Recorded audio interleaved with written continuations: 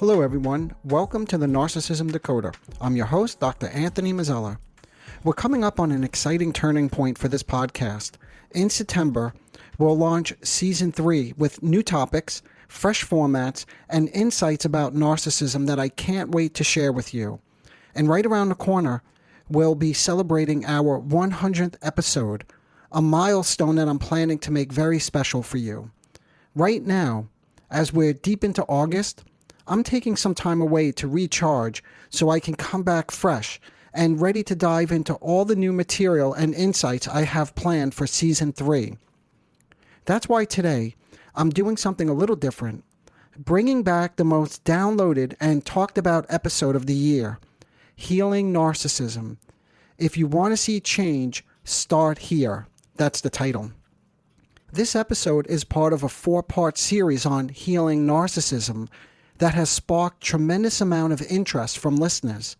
It's a series I'll continue developing into Season 3, expanding on how real transformation actually happens and what it takes to sustain it.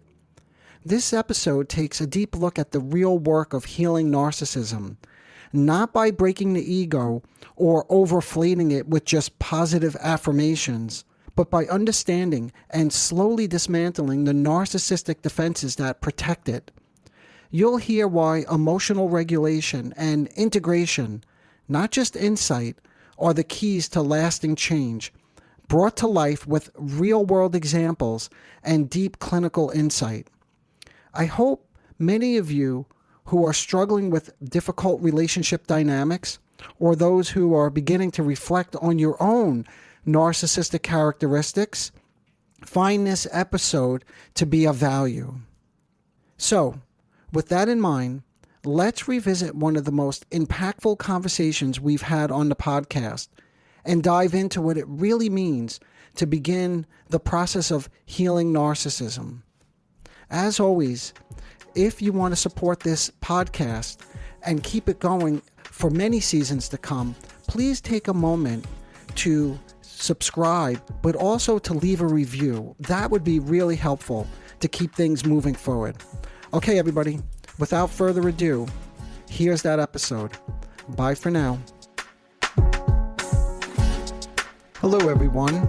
Welcome to the Narcissism Decoder. I'm your host, Dr. Anthony Mazzella. In today's episode, we're going to do something a little different.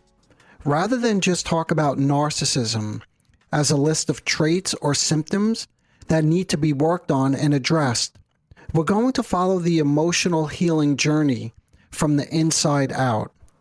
If you or someone you know is struggling with narcissistic traits, a question you may sometimes ask yourself, and this is certainly something that I commonly receive from listeners, is, can a narcissist really change?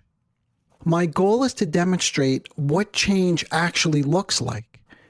This will likely be the first of a series of episodes on this topic. My hope is to offer you a framework for thinking about narcissism, one that you can apply to any narcissistic traits or dynamics that you may encounter. We'll explore this through a combination of core concepts and with examples, because I think examples always help. So I'll draw on patterns that I've seen in my own practice with these individuals. I hope you can see how I apply this framework in my own work with patients who have personality disorders. I've chosen questions that I'm frequently asked when it comes to, and I quote, the healing process in narcissistic personality disorder. Like, here's an example. How do you begin to heal someone who's built their entire life, like in their entire identity, in other words, around being untouchable, or stated differently, around not genuinely connecting with anybody? The first step is understanding the structure that makes them feel untouchable in the first place. We'll begin with one of the most central features of narcissism. And for those of you who have listened to this podcast before, you know I emphasize this quite a bit. It's known as the grandiose sense of self. This grandiose sense of self is the core that holds these individuals together. So it's really important that we understand all of what it's made up of. It typically includes not just grandiosity, but it includes grandiosity, vulnerability, idealization, devaluation, a limited capacity for empathy, and a dismissive quality, meaning that one often doesn't seem to care deeply about others. So you could see there's a lot that goes into grandiosity. And I'm highlighting that because when we think about healing, we really need to appreciate all of what this is going to take into consideration. Also, in terms of the grandiose sense of self, there's a profound incapacity to depend on other people, which undermines the whole foundation of true intimacy. Back to that original question. In other words, how do you begin to heal someone whose whole life is built around what? Being untouchable, not connecting in a deep way. The grandiose sense of self functions like a protective shield, holding the entire personality together. It's not just a trait, and this is what I really want to emphasize. It's a defensive structure propped up by psychic retreats, splitting, projection, and withdrawal from real emotional connection. These mechanisms all work together to protect the vulnerable inner self from feelings of what? Shame, dependency, envy, loss, and inadequacy. And that's just to name a few, because we don't really know what it's protecting against until we start to dismantle it. That's the whole point of it, isn't it? Not to know what the underlying feelings are all about. Because, and I think you're getting this sense already, this is really complicated. There are a lot of things going on here. But because of the complexity of this grandiose sense of self structure, healing narcissism is very complicated and requires a slow, careful process of dismantling these structures while strengthening the more authentic parts underneath. So I am sorry to tell you, if you think that this is simple as sit down and write your future self a letter, like where you want to be in 5 years and where do you see yourself? And look, if you find that kind of stuff valuable, I often hear that it's not very valuable, but it's not very valuable because, again, you're getting a sense here, just with this brief introduction to the healing process, of how complicated this whole structure is and all the different components that go into it. And then we need to work on each of these components in order to begin to heal narcissistic personality disorder. But before we get too deep into all that, let's take a step back and look at how grandiosity shows up, not just in obvious, quote unquote, look at me ways, but in some sneakier, more subtle forms. Trust me, it's not all about the flashy boots and ego trips. Let's take a quick break.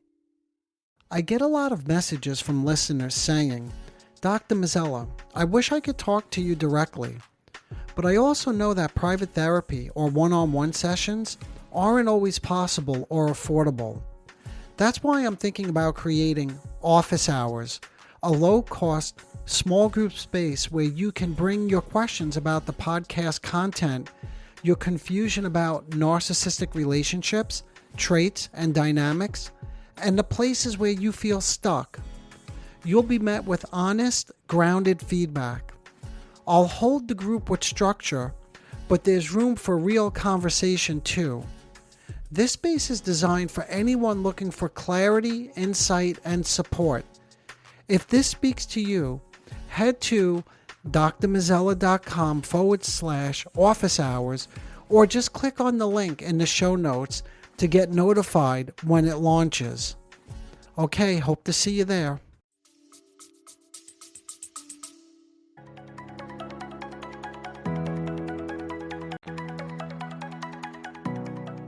Okay, let's go to a question here. We're thinking about grandiosity, and the question is it always obvious? Or can it show up in more subtle ways? You already know the obvious ways grandiosity tends to present itself, right? boastfulness, arrogance, a sense of superiority, beauty, self-importance, or the constant need to be the center of attention. You've typically heard this, like the narcissistic supplies, that they need the supplies, they need the attention. And these are the traits we often associate with narcissism.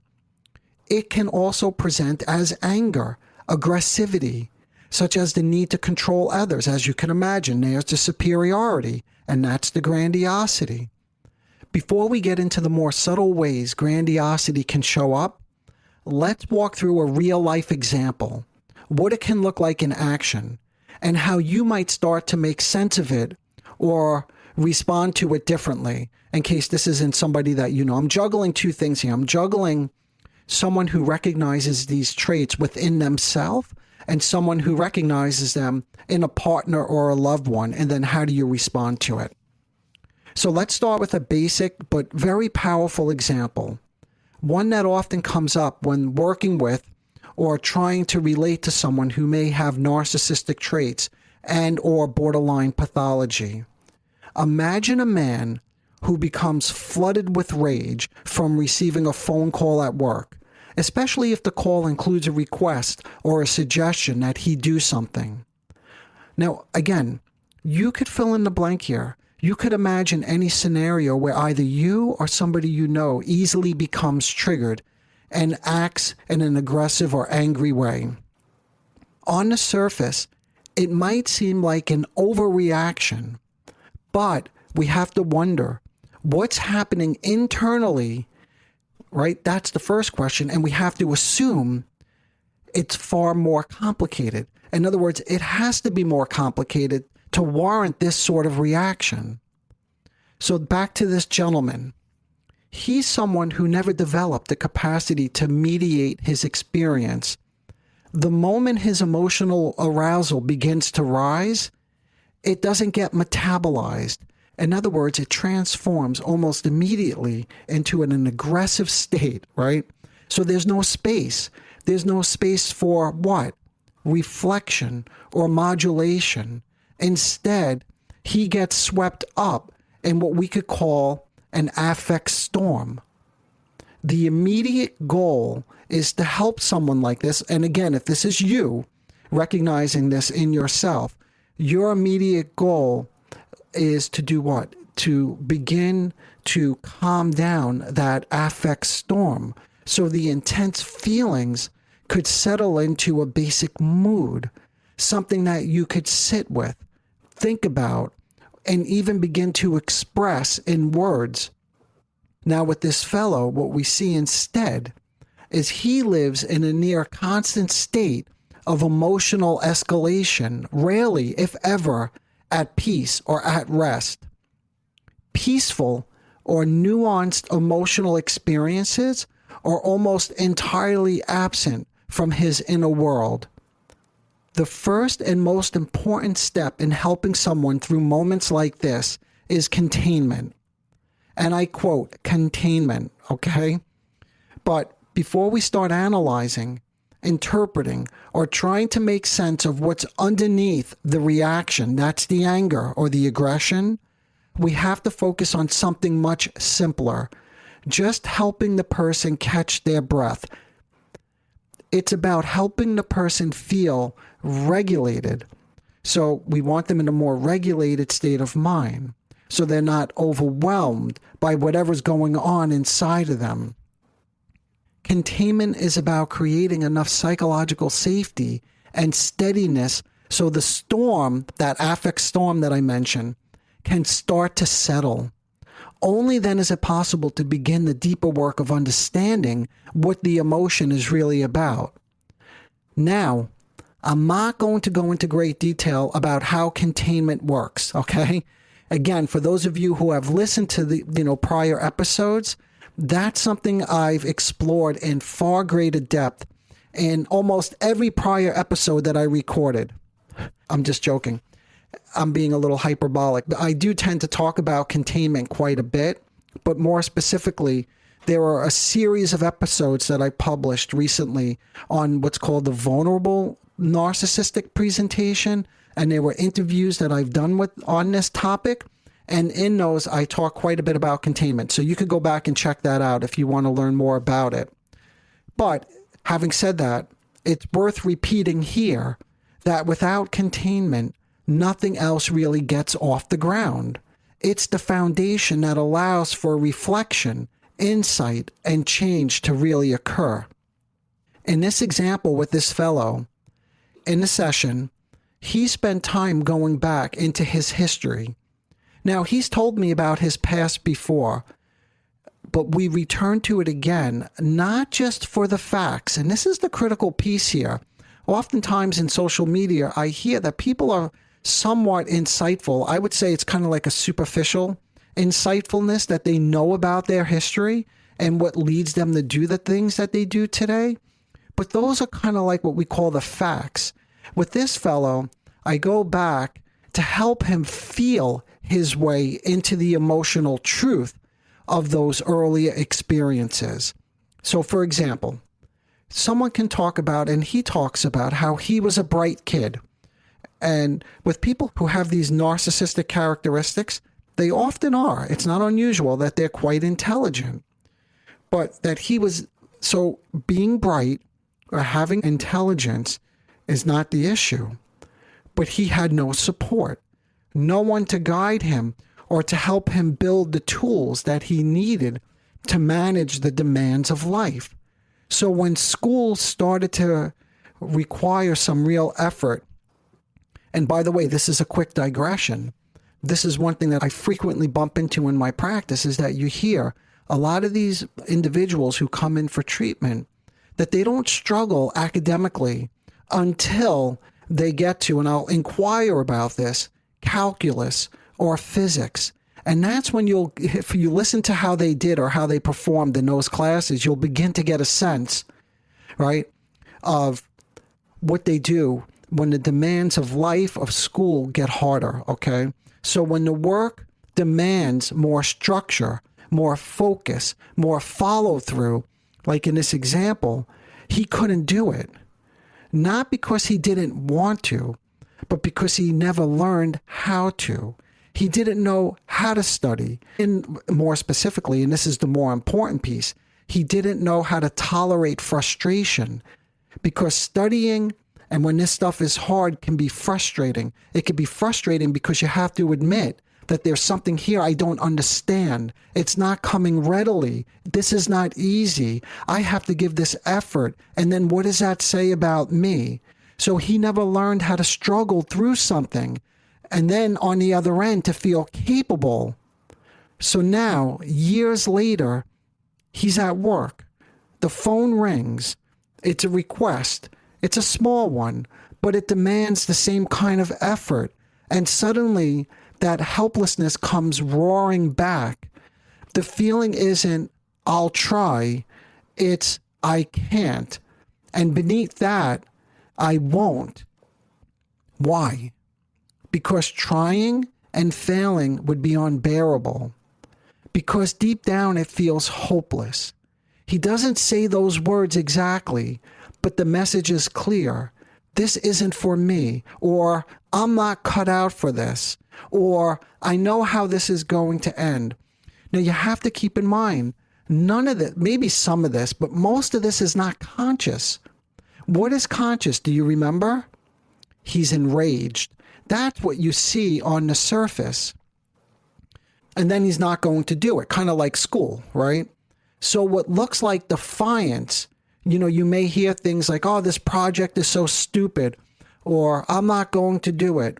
That can actually be a disguised form of grandiosity. Remember, we're still talking about the grandiose sense of self. Now, it's not the loud, boastful kind that you typically hear of. This is more disguised, more defensive. It's the grandiosity of, I'm above this, or this is beneath me, or I can't be bothered, or why can't somebody else take on this project? Which serves as a protective shield against the unbearable feelings of what? Again, we don't know fully, but something like, I'm not capable, or again, in my field, what we call psychic helplessness, that they become helpless and they can't do it. But again, that feeling is too painful, so that's not what you see. That's not what rises to the surface.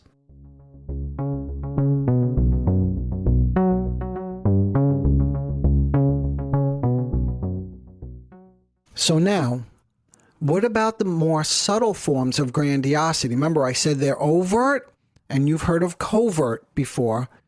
To answer that, we have to shift the way we think about grandiosity altogether. It's not just about inflated self-importance. It's a psychological structure built to protect something much more fragile. Beneath the confident or even dismissive exterior lies a complex web of vulnerability, shame, self-doubt, distress, psychic helplessness, deep unmet needs. Again, I could keep going, but you get the point. There's a lot going on underneath that we're not always privy to. And this is where things can get confusing. Because not everyone with narcissistic pathology looks the same on the surface. Some may present as overtly grandiose, while others seem overtly anxious, insecure, or overly self-effacing. But what they share underneath is key. Although grandiose or vulnerable features may dominate at the initial presentation, in those with narcissistic pathology, grandiosity and vulnerability almost always coexist. They operate in a dynamic, shifting relationship, one rising to the surface as the other gets pushed down. And yes, it is true, one predominates, but again, I want to emphasize they are both always there. For those of you who have listened to earlier episodes, think of the example here of Tony Soprano. For those of you who haven't heard it, go back. I think I went into detail in the episode where I was interviewed by Mac and Phil, Dimming the Gaslight. But if you think of Tony Soprano, overt grandiosity, right? Intimidating others. This is what you see on the outside, but underneath, when he was forced to leave his home, his wife kicked him out or he left, he demonstrated moments of being very fragile and desperate. So what does this have to do with healing, right? Because this episode and this series that I think I'm going to put together for you is about what it really requires to heal NPD. The major goal of a psychodynamic-based approach is to promote self-reflection and integration. Because what are we talking about here? We're talking about two very different things that need to come together.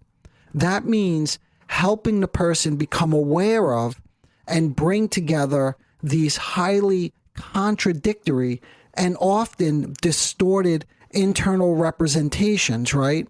Again, think of Tony. Internal representations just means what? The way one sees oneself as omnipotent, in control, aggressive, right? Superior, etc., or deflated, needy, clingy. So we have to bring these, and they're both distorted, right? Because they're both extreme positions. So the goal is to bring those internal representations together. The idealized and the devalued images, not just of you or of others, but of their self as well. And you see this frequently. The guy who's like the CEO of a company, in control, and then he, something goes wrong, he comes home and he's in bed, for the rest of the night, or he needs to drink every night. Now, anyway, the goal is integration. And if you're still a little bit confused or this seems a little fuzzy to you, don't worry. I'm going to give another example in a moment, okay? We'll pull all this together before we wrap up. When these split off, there's the splitting, when these split off parts remain unintegrated, they drive so many of the painful and confusing patterns we see in narcissistic functioning, such as what? Unstable relationships and intense reactivity to feedback, constructive criticism, or even a basic work request to take care of a project like that example that we're following. All of these areas become quite problematic when you have these split off parts that are not integrated.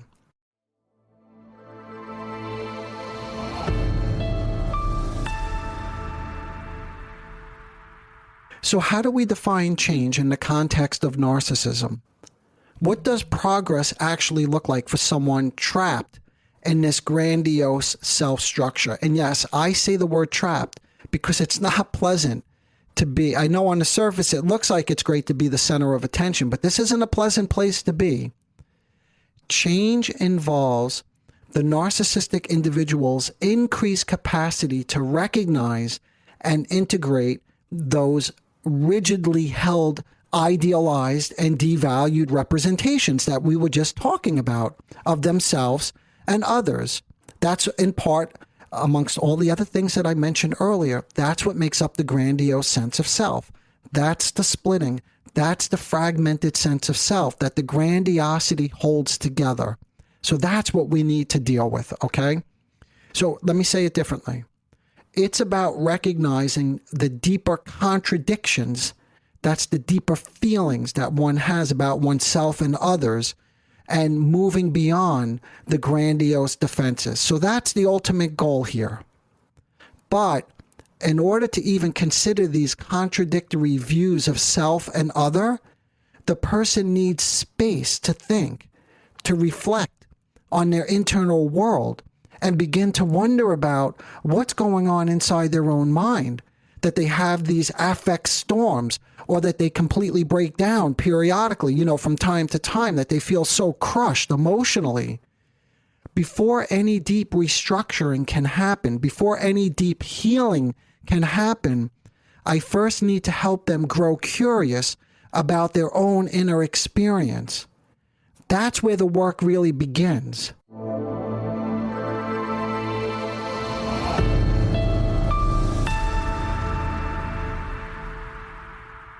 Okay, let me give this quick example. A patient might say, "She didn't text me back.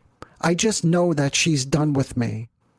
Rather than challenge that belief head on, I might say, "It sounds like you're feeling anxious. Period." I don't say period, by the way, but I'm emphasizing that to you because that is the intervention. It sounds like you're feeling anxious.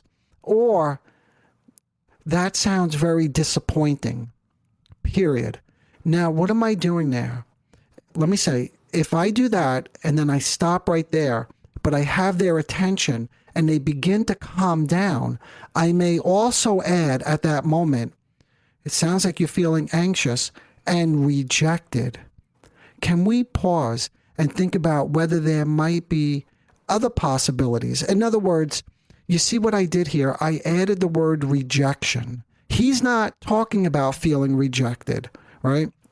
Well, he's not saying that word directly, but he is saying it because he said, "I know she's done with me." So I'm going just a little bit beyond what he actually reported.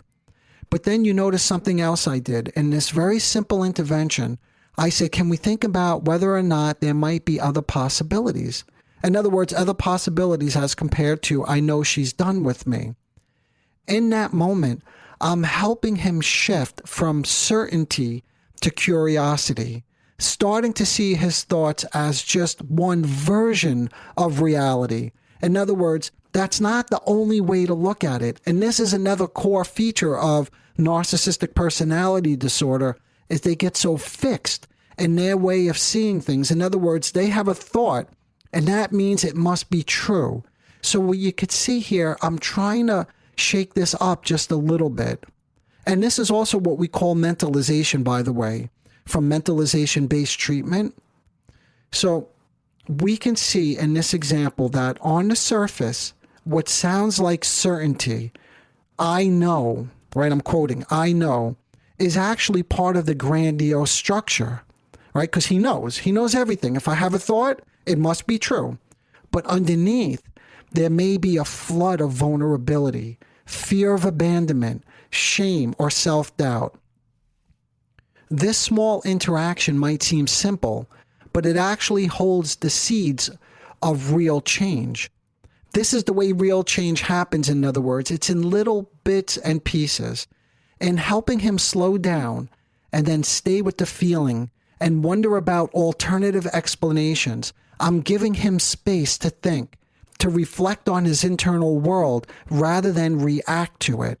That's what begins to loosen the grip of the grandiose self-structure. It's the capacity to hold contradictory thoughts. Maybe she's rejecting me. Maybe she's busy. How about that? Maybe she's just busy. That opens the door to a more integrated view of himself, not just as being rejected, and others. She's not just a mean, rejecting woman. This is where real progress begins, not in dismantling grandiosity all at once, but in making room for something more nuanced to take shape. So that's the beginning of it. Okay, in the next episode, I'm going to talk a little bit more about this example that I just started with. And we'll also tackle the question about how do we help someone navigate the tension, right, between these two extremes. Remember, the grandiosity and the more vulnerable side of the self, the more authentic, we could even say, side of the self. And we'll also return to the man. Again, this guy who blew up at this work call, we have to talk about that a bit more because I want to flush that out. All right, as always, if I said anything that confused you, or if you like to see this series of episodes going in a direction that you find would be helpful, shoot me an email. I always love hearing from you. Okay, until next time, bye for now.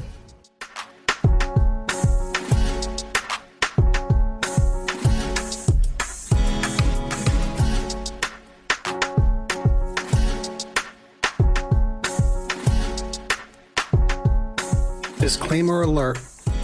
The Narcissism Decoder podcast is provided for general information purposes only. The content presented in this podcast is not intended to diagnose, treat, or cure any psychological condition related to narcissism. The content on this podcast should not be considered a substitute for professional medical advice, diagnosis, or treatment. For specific advice pertaining to narcissism or any other psychological condition, you could reach me directly. I am an experienced mental health practitioner who is always taking on new patients. If you would just like a consultation, I can do that too.